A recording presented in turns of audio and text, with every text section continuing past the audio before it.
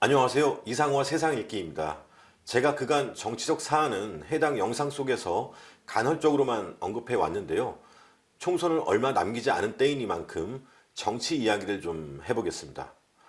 오는 4월에 치러질 제22대 국회의원 선거, 각 정당마다 공천을 둘러싼 잡음과 탈당, 이합 집산이 이뤄지고 있는데요. 저는 다가올 총선은 한마디로 범죄와의 전쟁이라고 생각합니다.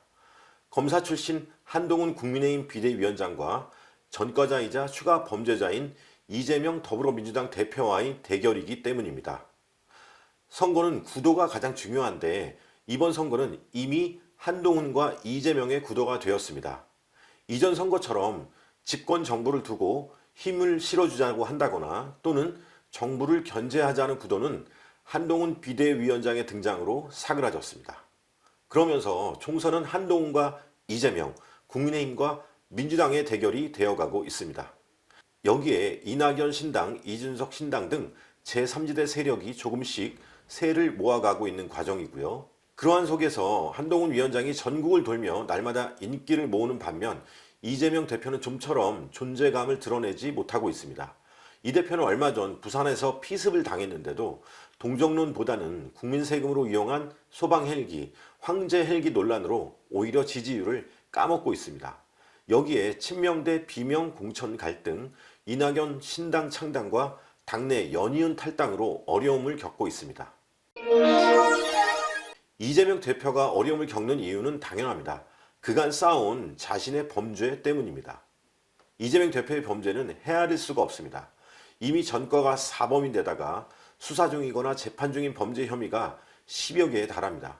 단군 이래 최대 사기라는 대장동 개발 비리를 비롯해 성남 FC 뇌물수수, 공직선거법 위반, 백현동 개발 비리, 대북 송금 의혹 등 이미 많은 국민들이 잘 알고 있습니다.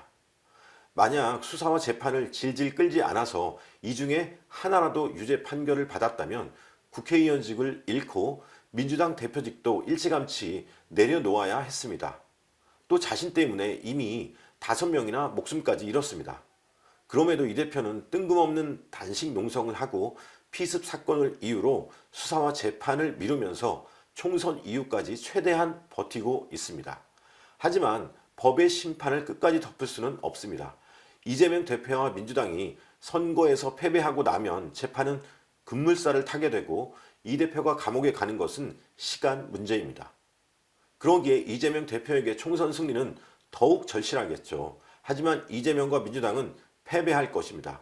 이번 총선은 이재명과 그의 방탄정당 민주당을 심판하는 선거이기 때문입니다. 범죄와의 전쟁이죠. 국민들이 투표로 심판해야 합니다. 언제부터인가 우리나라와 국민들이 이러한 범죄로부터 감각이 무뎌졌습니다. 불과 얼마 전까지만 해도 자녀 편법 입학이나 당내 선거에서 돈봉투를 돌리면 장관직이나 국회의장직을 사퇴하기라도 했습니다. 박희태 전 국회의장이 대표적입니다. 그런데 요즘엔 자녀 입시 비리나 돈봉투 살포는 물론 부동산 비리, 음주운전, 성추행 등 여러 가지 범죄를 저질러도 눈 하나 끔쩍하지 않습니다. 오히려 탄압을 받는다며 적반하장입니다. 언제부터 이렇게 심화되었을까요? 결정적으로는 지난 문재인 정부 때 조국 사태가 분기점이었습니다. 조국 전 법무부 장관은 자녀 입시 비리와 갖은 의혹에도 청문회 때 물러서지 않았습니다.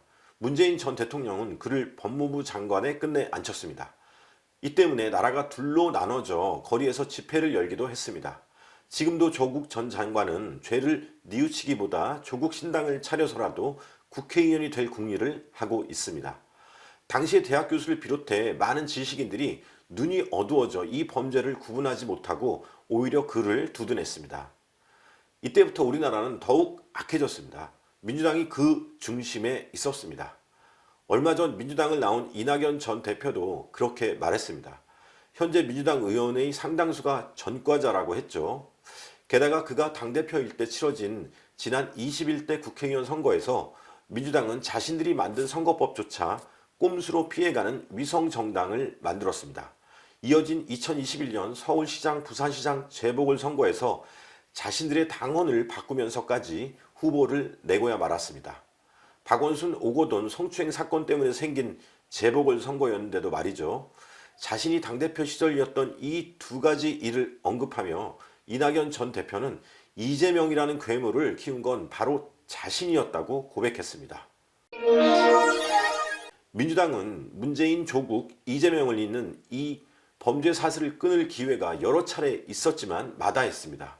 이제는 당대표부터 범죄자다 보니 황우나 노웅래 같은 유력한 범죄 혐의자마저 죄다 공천하고 있습니다. 이상할 게 없는 일이죠. 그렇다면 선거로 심판할 수밖에 없습니다. 국민들이 투표로 이재명 대표와 민주당을 심판해야 합니다. 역사적으로 보면 나라가 망하는 건 경제력이나 국방력이 약해서가 아닙니다. 부정과 부패가 넘쳐나고 국민들이 죄악에 무뎌질 때 망했습니다. 가까이 조선이라는 나라가 그랬습니다. 기업이나 정당도 마찬가지입니다. 이재명 대표와 부패한 정당 민주당은 망할 수밖에 없습니다. 이번 선거가 그 시작입니다. 그렇다고 한동훈 국민의힘 비대위원장이 다 잘한다는 것은 아닙니다. 이번 선거의 성격이 민주당 심판이라는 말입니다. 한동훈 위원장이 법무부 장관 때부터 추진해온 이민청 설립이라든지 이번에 동성연애 차별금지법을 줄곧 선동해온 이상민 전 민주당 의원을 영입한 것은 큰 실수입니다. 저도 크게 우려하고 있는데 이건 나중에 다른 때 말씀을 드리겠습니다. 마치면서 다가올 총선을 조심스럽게 예측해보면 이렇습니다. 이재명과 민주당이 국민들의 심판을 받아 의석수는 100석 아래로 추락할 것입니다. 반면 한동훈 비대위원장의 국민의힘이 과반이 넘는 150석 이상을 차지합니다. 나머지 제3지대 세력과 정의당 등 군소정당이 50석 정도를 가져갈 것으로 보입니다. 오는 4월 10일 제 예측이 맞을지 선거 결과가 벌써부터 궁금해지는데요. 범죄자 이재명과 범죄정당 민주당을 심판하기 위해 꼭 투표하시기 바랍니다. 시청해 주셔서 고맙습니다.